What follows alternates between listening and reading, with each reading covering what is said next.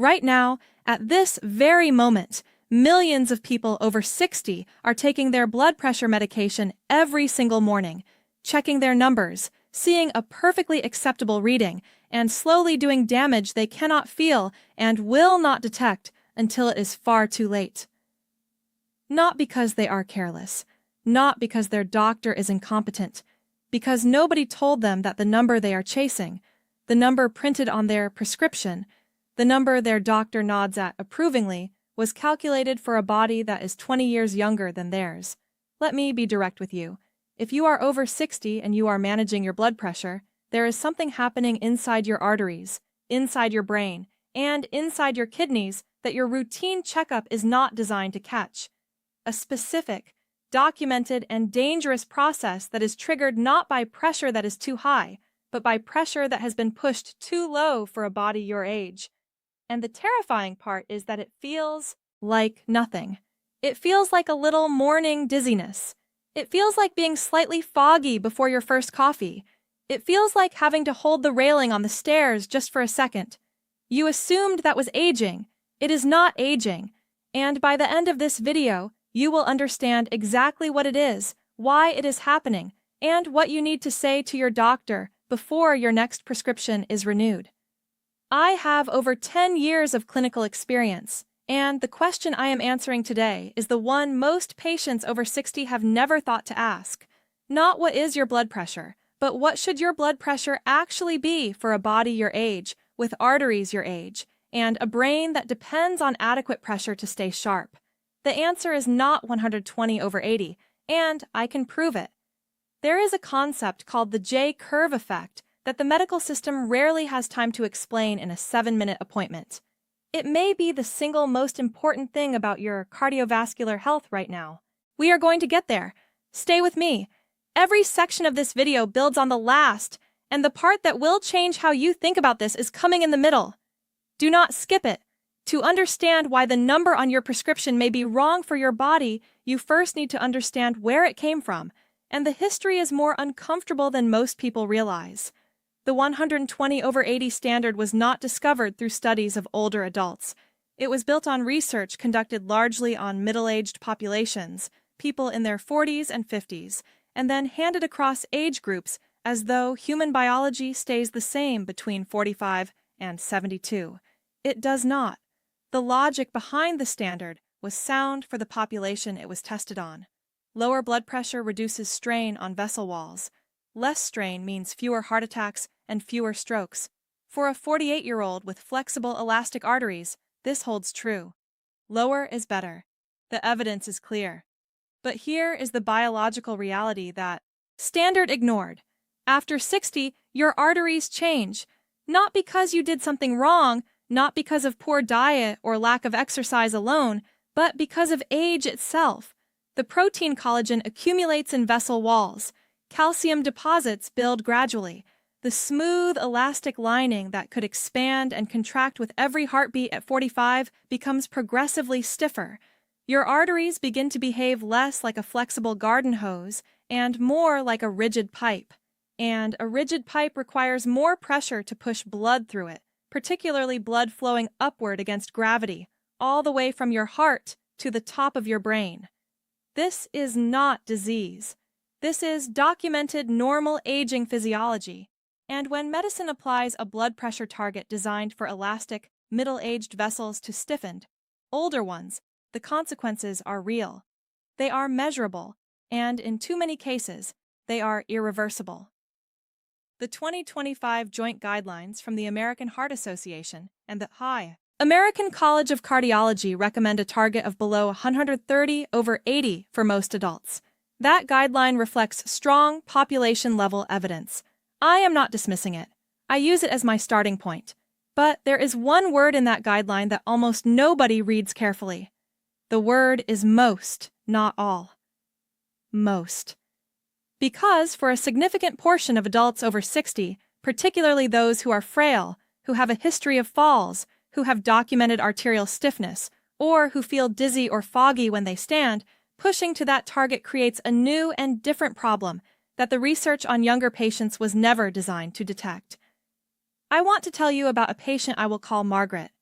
Margaret was 71 years old, retired school teacher, organized, disciplined, careful about her health. She walked every morning. She cooked her own meals. She attended every appointment without fail.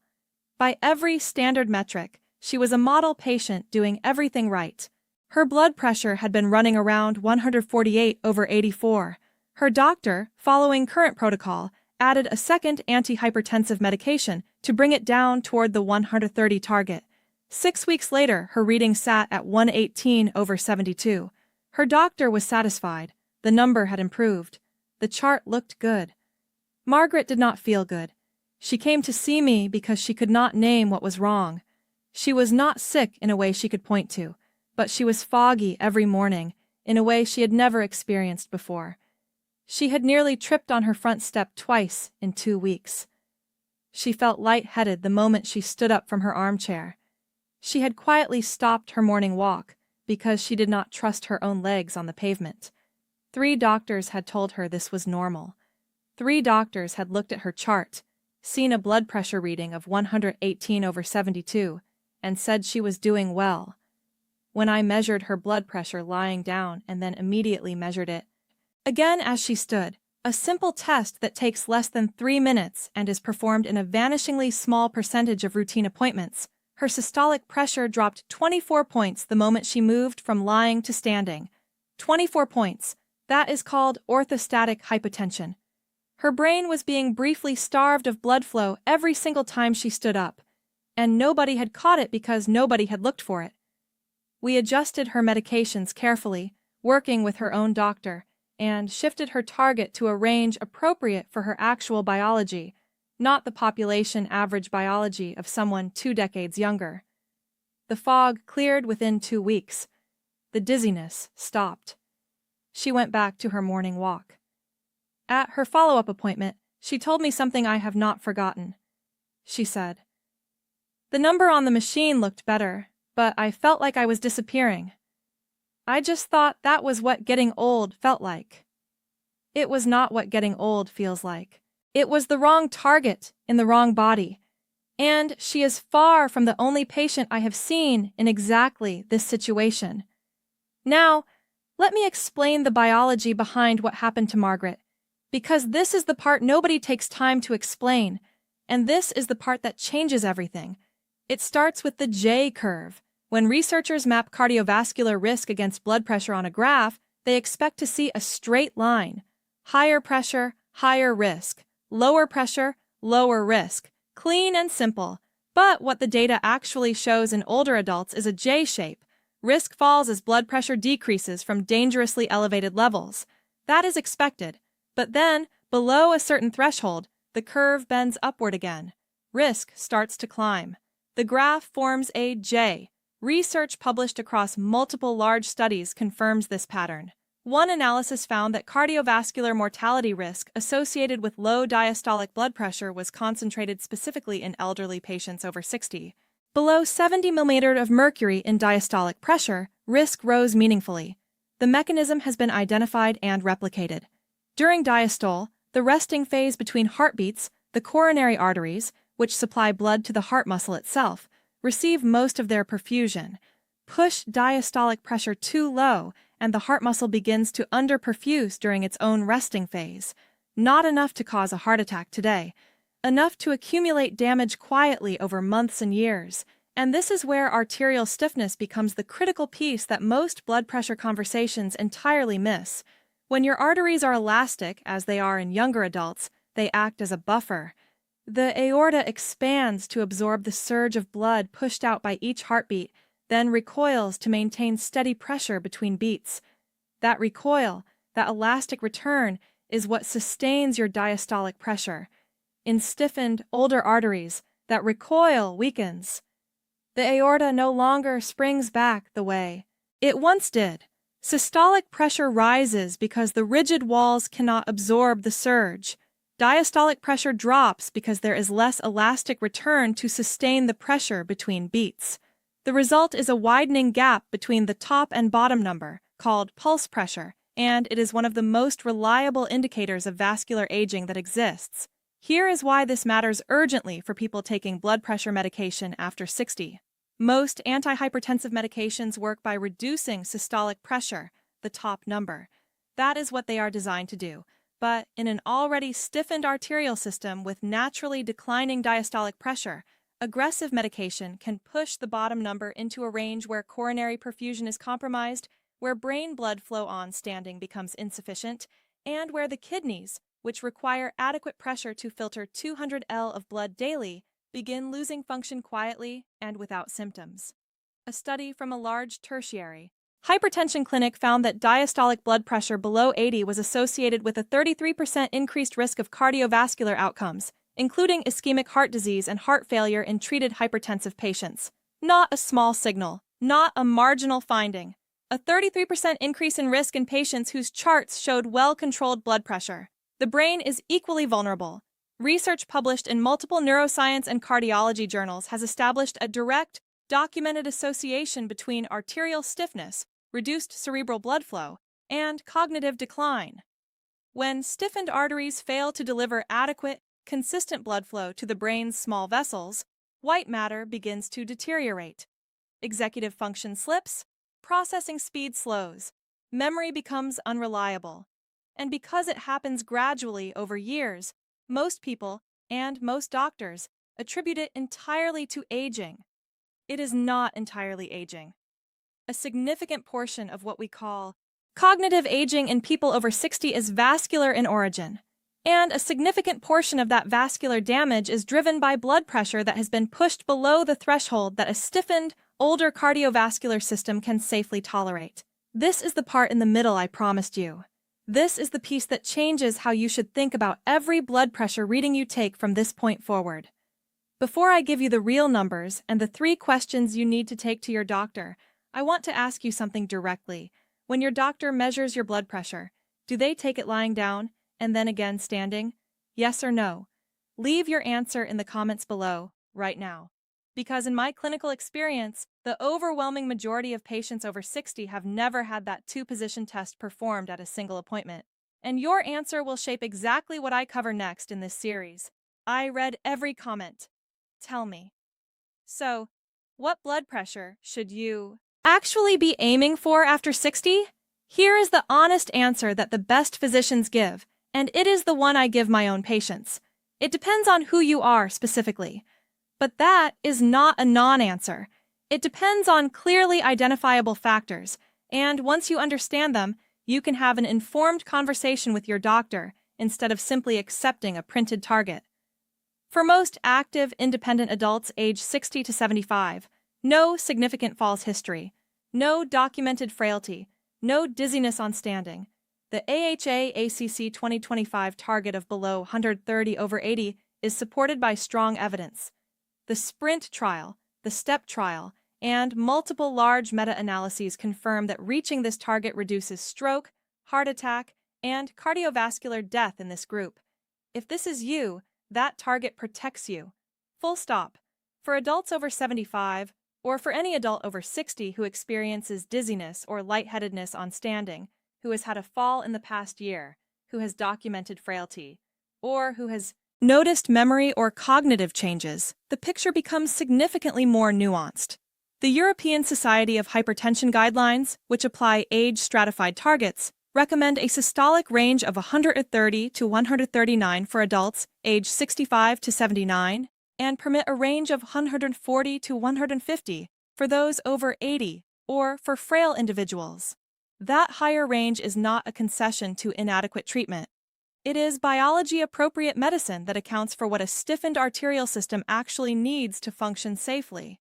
The number that matters most, and that most patients over 60 have never tracked, is not the reading on the machine in the clinic.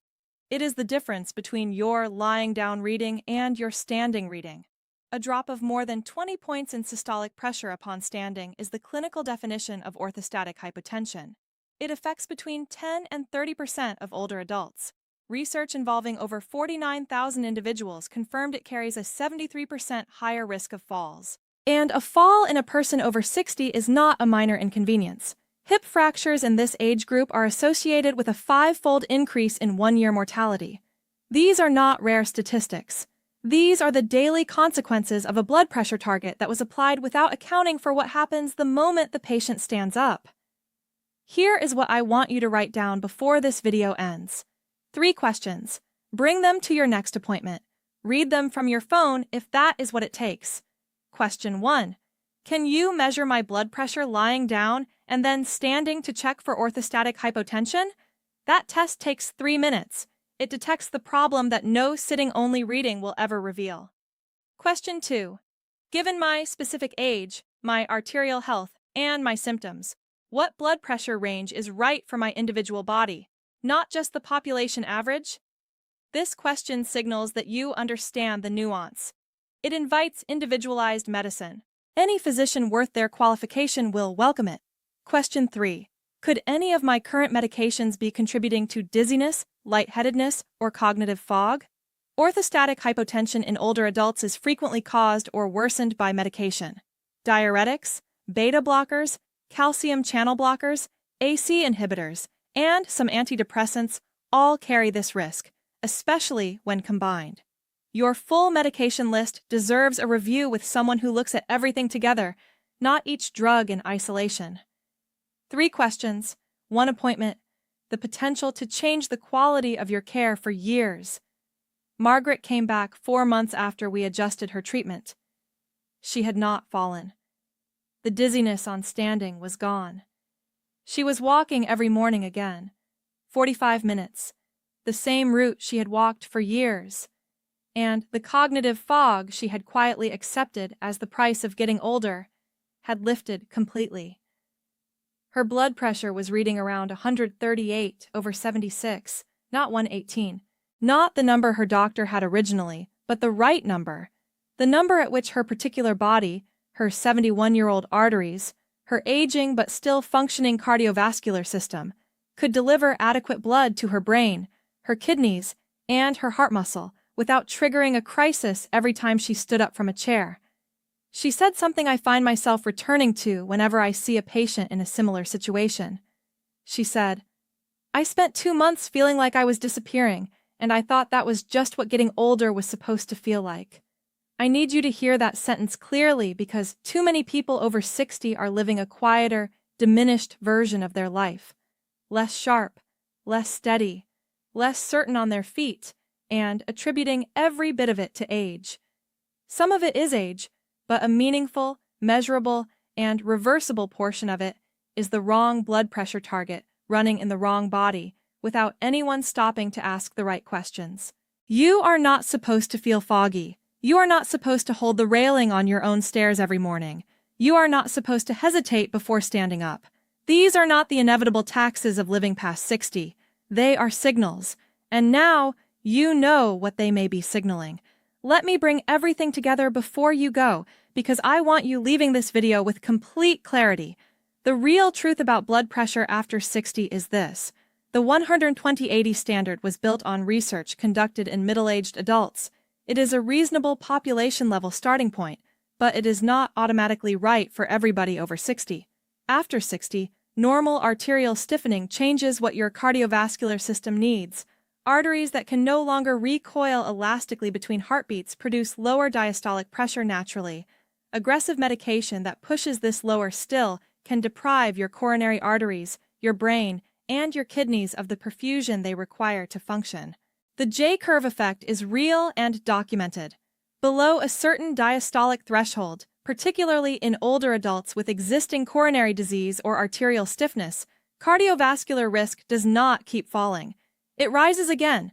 Orthostatic hypotension, the dangerous drop in pressure when you stand, affects up to 30% of older adults and is associated with a 73% higher fall risk. It is almost never detected unless someone specifically tests for it with a lying to standing measurement. Ask for that test by name. For most active adults aged 60 to 75, the below 130/80 target is well supported by evidence. For adults over 75 or anyone with frailty, falls history, or dizziness on standing, a higher individualized range guided by a physician who knows your complete picture may be not just acceptable, but essential. Your 3 questions for your next appointment: lying to standing blood pressure test, individualized target discussion, and a full medication review for orthostatic contributors. Write them down! Use them! Now, I genuinely want to hear from you. Have you ever felt dizzy, foggy, or unsteady and simply assumed it was aging? And has your doctor ever measured your blood pressure in both positions? Leave your answer in the comments. I read every single response, and what you share genuinely shapes what I cover next. If this video gave you something useful, please share it. Not for the channel, for the person in your life who is over 60, who is faithfully taking their medication every morning, whose numbers look fine on paper, and who has no idea that fine on paper may not mean fine in practice.